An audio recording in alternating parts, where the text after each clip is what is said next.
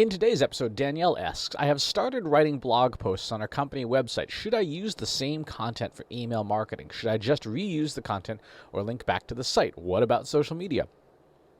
So content reuse is a fine strategy to get the most out of high-value content. Look, the reality is we're not going to create the best content all the time. Right? We're going to create... YouTube's model, I think, is probably the one that makes the most sense. Hero, Hub, Help. You're going to make a lot of help content. How do I do this? How do I do that? Is it going to be award-winning and groundbreaking? No. It's very tactical content. It's good. It's not amazing. You're going to have Hub content, monthly campaigns, major promotions. And then a couple times, maybe once a quarter, you're going to have hero content, that big piece of thought leadership that you put out, that massive, groundbreaking research. And the more you invest in a piece of content, the more you should be looking at reusing it. My friend Todd Deffrin created a concept back in 2008 called content atomization, where you take a piece of content and you break it up into as many pieces as possible. You take individual quotes, turn them into graphics. You take images, and you make photos that go out on photo sharing services. You record a webinar and you extract 1-minute snippets of video for the Instagrams of the world, the TikToks if you want to. But fundamentally, you're taking a piece of content and you're breaking it up into as many pieces as possible, distributing it to as many places as possible in formats that are appropriate for each channel. So when you talk about blog posts for a company website, yes, absolutely. Those or pieces of those should go in an email newsletter. If you're blogging at a high frequency, you may want to do a summary of each of the posts that goes into the newsletter. So like a 1 paragraph for each post if you're doing a daily post. That's a great email newsletter because it helps people encapsulate and see everything you've published, and it doesn't overwhelm them. They can read the teaser, the trailer, if you will, and go, well, I'm not going to read that one. That doesn't sound interesting. Or, that actually is worth paying attention to. In doing so, you're going to make it a lot easier for them to figure out what's worth reading, what's not. Should you do the whole thing in the newsletter? It depends. If your newsletter is powered by a service that publishes your newsletter on the web for the sort of view and browser functionality, and it's publicly accessible, no.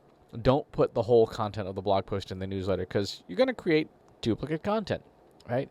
Create excerpts instead and put those in the newsletter. If, on the other hand, you have a newsletter where there is no publicly available web page version, then yes, you can, if you want to, make that the entire newsletter. Another option, depending on your blogging service, is services like WordPress can email a blog post to people who subscribe to it. So you may want to look into that. Other services like FeedPress do the same thing. Whatever the case is, you're going to want to make sure that the content is optimized for each particular medium that it's on. So if your blog post is 3,000 words, you may not want to put that in an email. Right? That's a really long email.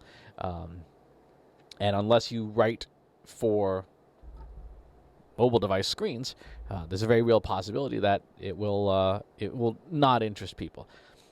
Blog posts also typically, depending on how you structure them, may not be as visually appealing in an email. The shorter excerpts may do better. For social media, look into multimedia. Look into even something as simple as reading your blog post out loud. Turning that into a podcast, or using a text-to-speech generator. Amazon has a fantastic one called Polly that allows you to create very natural-sounding audio from text. So if you don't feel like reading something aloud, you can feed your posts to that, turn them into MP3s, and now you've got a podcast. It may not be the world's best podcast, but it's not bad. So yeah, absolutely repurpose your content. Now, the one other thing that I would suggest you think about is don't necessarily immediately go and put every blog post into a newsletter. If you can, if it makes sense to do so, give yourself a little bit of lag time, maybe a few days, maybe a week, maybe put the previous week's blog post in the newsletter, because what you want to do is you want to look at the analytics. If you're blogging at a high frequency and you put out, 1 post a day, What would happen if you if you stacked up all 5 days, looked at the analytics on them, and said, I'm only going to put the top 2 or the top 3 posts by traffic into the newsletter to reinforce the fact that not every post is a great one. Right? That's a really good way of handling a situation where you've got a lot of content.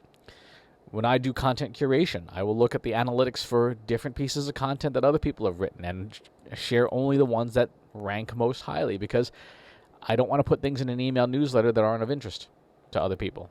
By having filtering, by having scoring, you can create sort of a newsletter that is the best of the best, and that's really what you want to give people. You want to give people your best.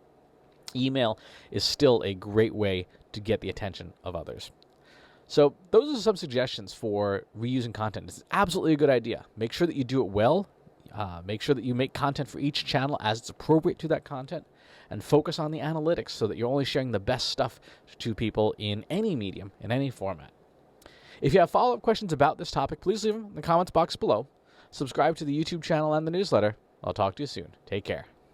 Want help solving your company's data, analytics, and digital marketing problems? Visit trustinsights.ai today and let us know how we can help you.